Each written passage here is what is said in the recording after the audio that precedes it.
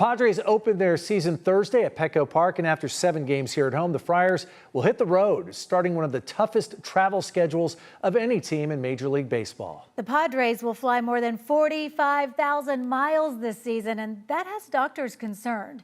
CBS 8's Steve Price joins us from Petco Park with details from this new report. Steve? Well, Anna and Carla, one thing is for sure, travel definitely does have an effect on professional baseball players, especially those who head from the West Coast over to the East Coast. Studies show that pitchers give up more home runs, batters hit into more double plays, and for doctors, there's the health concerns. To left field, struck pretty well. Back goes De La Cruz, looking up, and it is gone.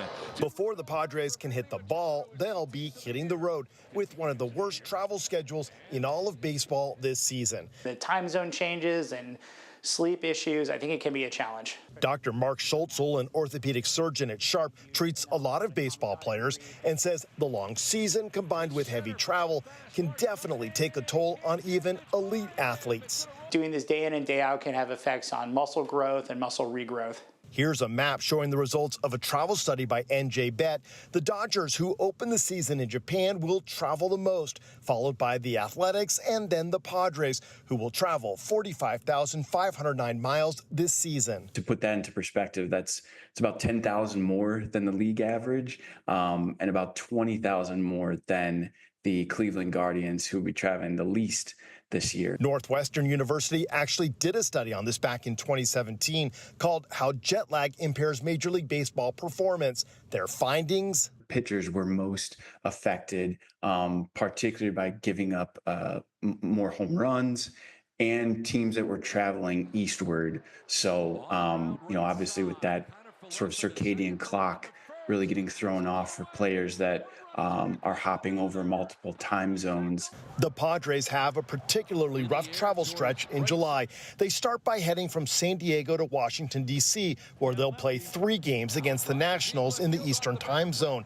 Then they fly to Miami to take on the Marlins for another 3 games, making it 6 games in 6 days. From there, they head to St. Louis, which is in the Central time zone. They'll play the Cardinals 4 days in a row, making it 10 games in 10 days. Then they fly back home for 3 games. That's 13 games in 13 days before they finally get a day off.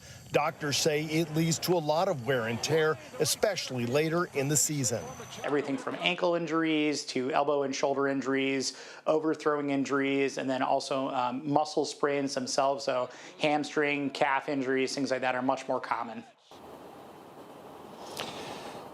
And I went ahead and took a closer look at the numbers. There are a total of 8 teams this season. They're going to fly more than 40,000 miles. 7 of those teams are on the West Coast.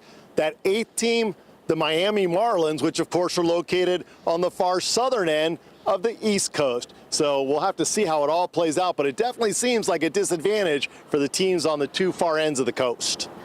Well, at least we don't have to travel to Korea to start the season this year, Steve. Now, the Dodgers won the World Series last year. Does that mean teams that travel a lot can still win? So you would definitely think that, right? I mean, the Dodgers, a team on the far West Coast, won the World Series, so this means nothing. However, the Dodgers are flying an extra 12,000 miles this season because of that season opening trip overseas. So let's see what happens this year, because they didn't fly 40,000 last year. So I think this year is going to be a truer test. But hey, we're not worried about the Dodgers because it's going to be the Padres winning the World Series this year anyway. So it's a moot point. From your lips to God's ears, Steve. All right. He has faith. It's good to have that. Yeah.